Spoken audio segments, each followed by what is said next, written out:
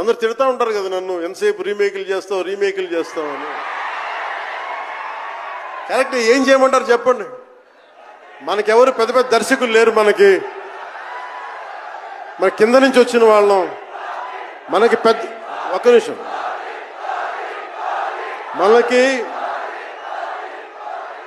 మన సినిమాలని చెప్తున్నా, ఓజీ సంతోషం, ఇది వీరా, మీకు ఈ సినిమా గురించి చెప్తాను మీకు. అంటే మనకి దర్శకులు ఎవరు లేరు.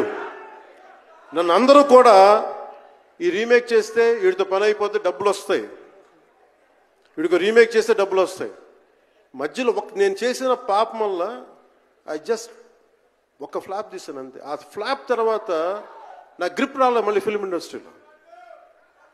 మళ్ళీ నాకు నిలబడింది ఒక త్రివిక్రమ్ శ్రీనివాస్ నిలబడ్డాడు నా కోసం.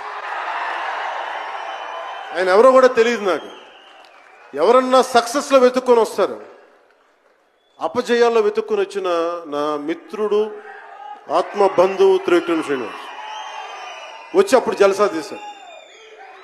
కష్టాల్లో ఉన్నప్పుడు లేదు, అడ్వర్సిటీ రివీల్స్ ట్రూ క్యారెక్టర్ అంటారు. కష్టాల్లో ఉన్నవాడే వచ్చినప్పుడు స్నేహితుడు. అలాంటి స్నేహితుడు నాకు భగవంతుడు త్రివిక్రమ్ శ్రీనివాస్ ద్వారా వచ్చాడు. అలాగే ఎందుకు రీమేక్స్ చేశాను మీకు ఉంటుంది కదా. నా పార్టీని ఎవడు నడుపుతాడు? కొత్త కథలు తీస్తే ఎప్పుడో వెళ్ళిపోద్ది. నా భార్యని కానీ నా పిల్లల్ని కానీ ఎవరు పోషిస్తారు? నేనే పోషించుకోవాలి, దానికి డబ్బులు కావాలి, పార్టీ నడపాలి. వీటన్నిటికీ రీమేక్ అనేది నాకు కొంచెం ఈజీ దారి అయింది. సొంత సినిమాలు కొత్త సినిమాలు చేయలేక కాదు, వేరే దారి లేక.